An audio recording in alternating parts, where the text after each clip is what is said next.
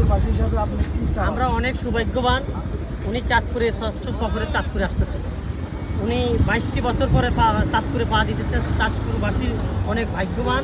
আমি বলতেছি চাঁদপুরবাসীর জন্য অনেক কর্মসংস্থান ব্যবস্থা করবেন। আমাদের নদী মাতৃক দেশ চাঁদপুর জেলা, আমাদের এলাকায় শ্রমিক মেহনতি মানুষের জন্য প্রধানমন্ত্রী আজকে ঘোষণা দিবেন এই চাঁদপুরবাসীর যথেষ্ট উন্নয়নের দরকার। একটা প্রযুক্তি বিশ্ববিদ্যালয় দরকার এবং আপনাদের পলিটেকনিক্যাল বা কলেজের দরকার এবং চাঁদপুর মেডিকেলের দরকার।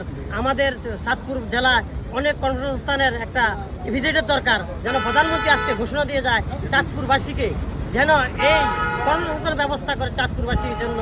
আমি অত্যন্ত তারেক রহমানকে 22টি বছর পরে এই চাঁদপুর জেলা আসতেছে, আমি তাকে ধন্যবাদ জানাচ্ছি।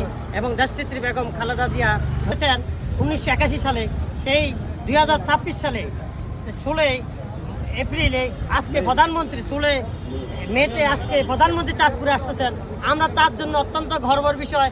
উনি ক্ষমতার 3 মাস 5 দিনের মাথায় যে চাঁদপুরে আসতেছেন, এটা চাঁদপুর জন্য অনেক গর্বিত বিষয়। আমি প্রধানমন্ত্রীকে অত্যন্ত ধন্যবাদ জানাচ্ছি এবং বাংলাদেশের মানুষকে, সকল মেহনতি মানুষকে আমি ধন্যবাদ জানাচ্ছি। শহীদ আমারও দেশনেত্রী বেগম খালেদা জিয়া জিন্দাবাদ, চালক দল জিন্দাবাদ, জিন্দাবাদ, জিন্দাবাদ।